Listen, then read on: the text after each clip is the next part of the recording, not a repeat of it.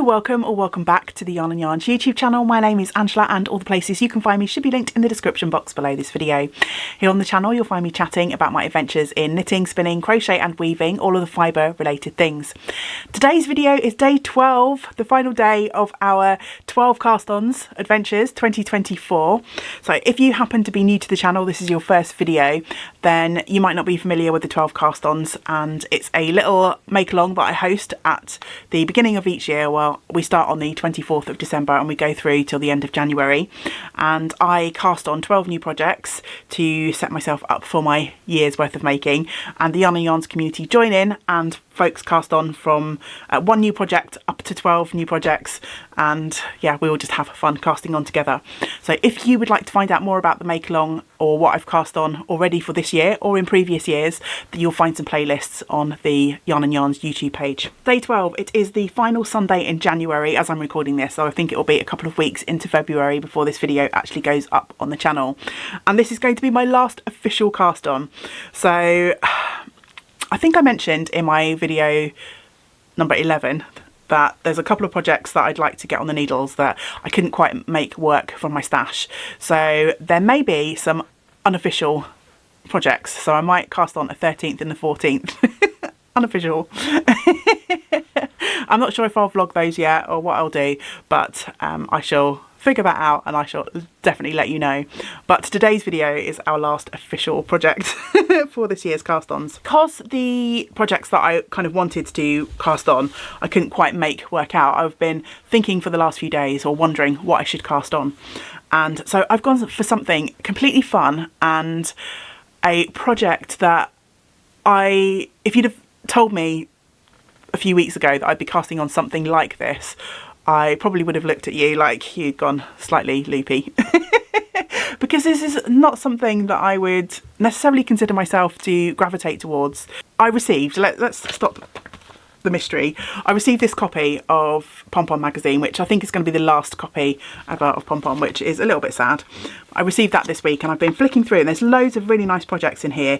It's inspired by woven fabric, but the one project which has completely caught my attention, I've been really mesmerised by, is called the Raya, and it's a pattern by Susan Lynn, and it's this really fun oversized crop top with a fringed bottom. So let me just show you one of the pictures from the pattern pages.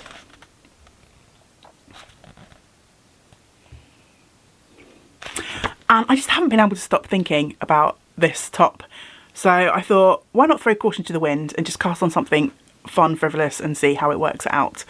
Not something that's usually in my normal wheelhouse. I mean, I don't consider myself to have a particular style, but fringing and stuff is not usually something that I would think I would be attracted to. But as I say, I just cannot get this top out of my head. I have been looking through my yarn stash to figure out what to use, and earlier on in 2023 I purchased in a sale a quantity of Fleurville 4-ply from the Yarn Collective, which is 100% merino wool, and I bought this with a different project in mind, but when it arrived the colour wasn't quite as dark as I wanted.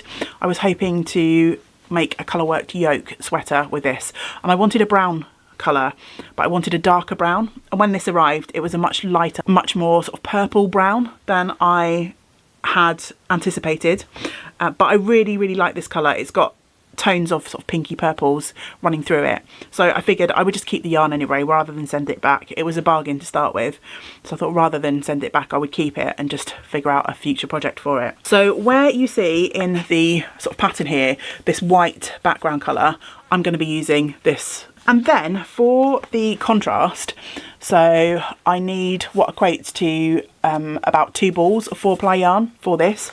I'm going to be using some of my hand spun yarn. I've been going backwards and forwards a little bit on this about whether this is a good idea or not, because the way the top is constructed you end up cutting the yarn a lot. One of the great things about our yarny projects is if something isn't working for us we can rip out and start again, but of course by snipping our yarns we make that a bit less of a possibility. It's not that we can't reuse them, but having lots of smaller lengths of yarn makes them slightly less reusable, you know, in terms of making a bigger project. But I figure if this project doesn't work out and I end up with smaller lengths of yarn, I can definitely work them into smaller colour work projects or maybe into some weaving. So although I was slightly hesitant about snipping my yarns, particularly my hand spun yarns, because you know it takes quite a long time to spin up yarn. We spend lots of hours of our time making these things. So yeah, I was a little bit hesitant about whether I wanted to do this project, but I figure I can find ways to reuse the yarn if this project doesn't work out. And it sounds like I'm being really negative and already thinking this project is set to fail, and that's not the case at all. But it's just something that I've been sort of thinking about and bearing in mind with this project, that yeah, it's not going to be quite as straightforward to rip back out if it doesn't quite work out for me. But at this point in my spinning adventures, I have got loads of hand spun yarn, and while it is very precious, I've got lots of it just sat there not being used. So I figure, why not just throw some at this project, use it, and just see what happens. I am actually going to be using a bunch of mini skeins for this project, and I need to figure out exactly how much I need and where I'm going to pull these together from. I'm hoping the majority of my contrast colours are going to come from my fibre advent. For the last 2 years I've done an amazing swap with my lovely friend Lisa, and every day we have given each other little packages of 20 grams of fibre and spent time in December spinning those fibres up. When I put together all of my 2024 minis, we realised there was quite a lot of blues and purples in this year's advent that Lisa had gifted to me, and I figure blues and browns look very nice together. I have pulled out a whole bunch of my advent mini skeins that are roughly 4-ply. Some of them might be veering towards sport weight, but this Fleurville 4-ply is quite a plump 4-ply anyway, so I think a little bit of mixing and matching in terms of yarn weights probably won't be too horrendous. Gone through my advent calendar from this year, and I've pulled out I think there's 7-ish mini skeins here, and they're all about 20 grams each. So this is going to be the start of my colour palette. I'm not going to be able to use my entire advent for this project because there were lots of different mixed fibres, and there were a few yarns that I spun from my advent fibre that are quite textured and definitely wouldn't fit into this project. So yeah, I've gone through and I've pulled out all of the ones that are about the right weight to pair with the Fleurville. So I've got these in the sort of blues and purples wheelhouse, but then I've also got these 3 from this year's advent, which have spun up to be about 4-ply weight. I've got a couple of reds and this really dark one. I'm not sure about this dark one yet. I don't know if there'd be enough contrast against the brown to make it work. I think the brown and the blue and the reds will look really nice together. A couple of pops of red colour throughout, sort of striping throughout that top, I think will be nice. So they're my starting points, and if the back and the front of this sweater don't match, it doesn't really matter. If I end up bringing in some different things, then all well and good. My first step is going to be to wind up the mini skeins that I've got. I'm going to put them through my electric eel wheel yarn counter, figure out how many meters I've got, and then I'm going to raid my hand spun stash for other colours that I might be able to add to this project. I've also dug out yarns from my fibre advent in 2022. So the skeins that I've just showed you were from my 2023 advent, the advent just gone. And so I can see in here there's a couple more reds, there's a couple more pinky purples in here. So I think I might pull out the 4-ply skeins from this as well and try and get as many as possible from my fibre advent swaps. That's the plan. We'll see how it goes. I'm launching into this not really knowing whether it's going to work, what to expect, whether I've got enough yarn. Usual chaos. You know the drill if you've been here before. We'll just play, have fun, and see how it goes. So yeah, that's going to be my day. Winding up a bunch of minis, figuring out my yarn meterage, and then hopefully casting on. Sunday here, as I've mentioned, and usually I go out for a little bit of movement, a walk. But I really can't be bothered today. It's Sunday, I'm tired, I'm feeling a bit lazy. So I know lots of you like the outdoor footage, so I probably will put in some outdoor footage, but it'll be cheat. It's going to be a couple of weeks before this video actually goes up on YouTube, so I do plenty of walks between now and then, and I'll share some outdoor footage with you from a future walk.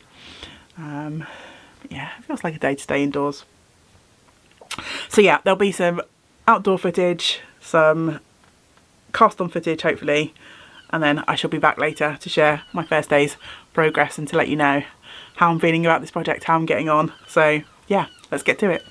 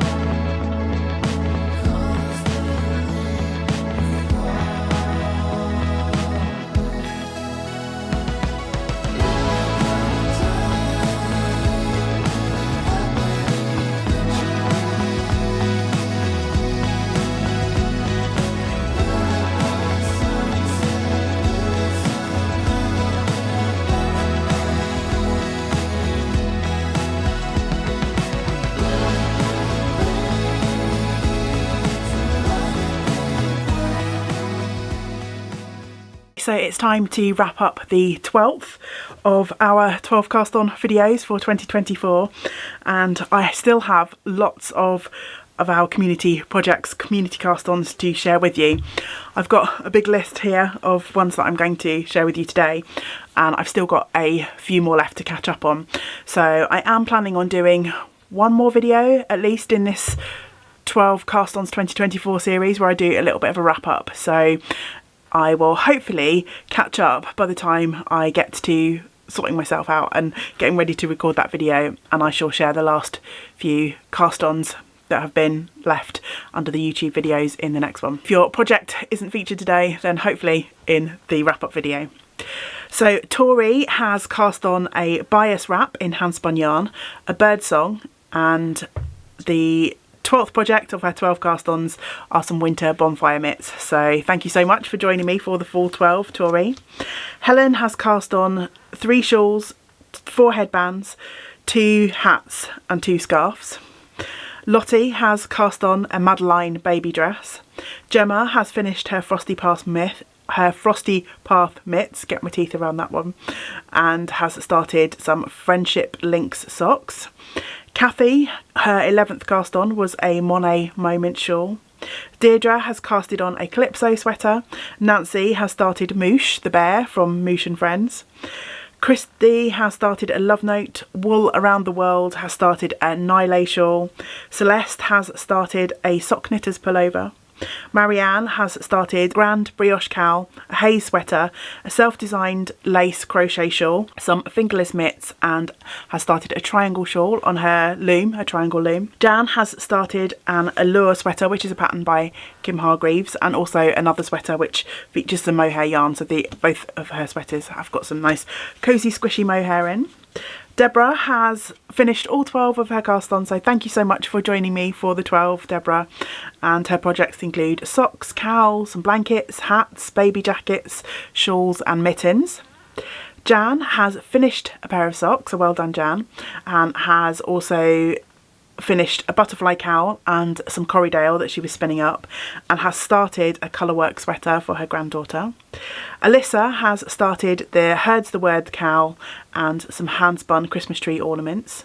Mairead has also cast on her 12th project, so thank you so much once again to everyone who has joined in any capacity, but an extra special thanks to everyone who has joined me for the full 12. So Mairead's 12th project was the Pathway socks, Angela has started a crochet shawl and her 12th project is a love note. So thank you so much, Angela, for joining me for the 12. Deb has been crocheting away on some Toft mini projects, including some donuts and some flowers, and is also starting a cowl, I think. I can't read my own writing, but it's inspired by the game, if you're a gamer, the Alan Wake franchise, which sounds really fun. James is a gamer, so he's recently been playing Alan Wake 2, so I know all about that franchise. Indirectly. Teresa has started her 6th and last project, which were the library socks. Yolanda has cast on her 14th project. Yolanda can't stop casting on.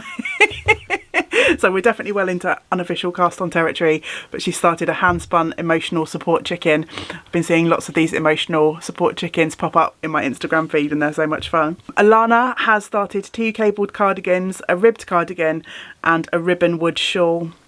Jenny has also joined us for the full 12 cast-ons, 2 pairs of socks, a brioche cowl, some mitts, a shawl, 4 cardigans, 2 jumpers and a bag. So thank you so much, Jenny, for joining me for the full 12.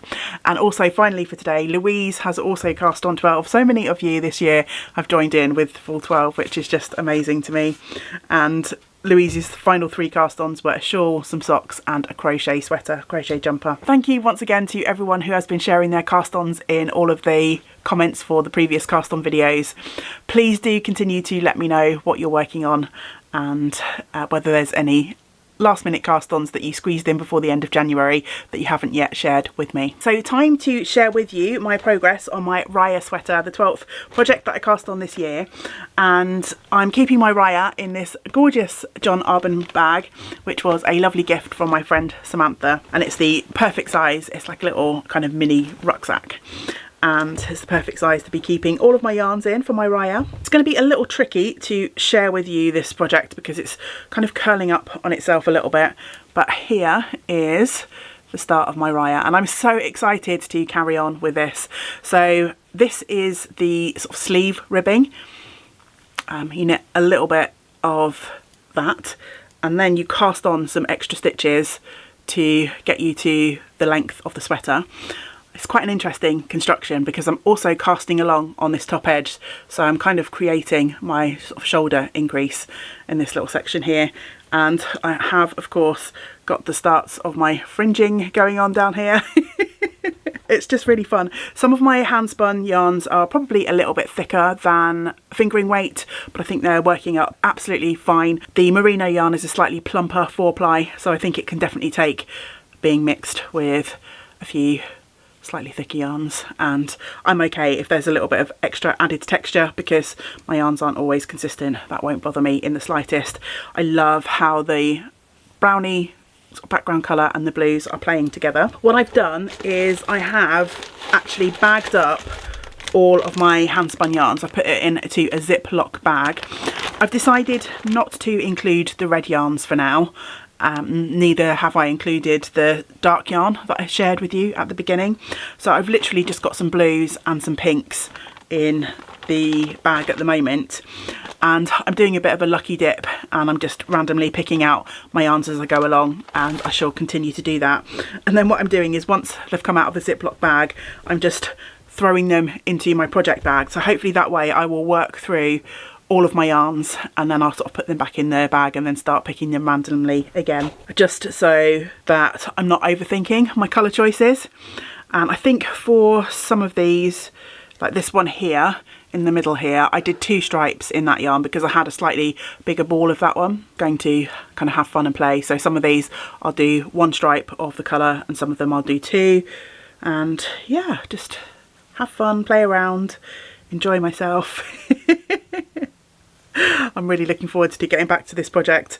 I think if I hadn't been so behind with my video editing, we're quite a few days into February now, I probably would have picked this up as my first project to rework on because it is so much fun, but I wanted to share with you my progress from the first day before I carried on with the sweater. So now I've done that, I can get back to it, which I'm really excited about, can you tell?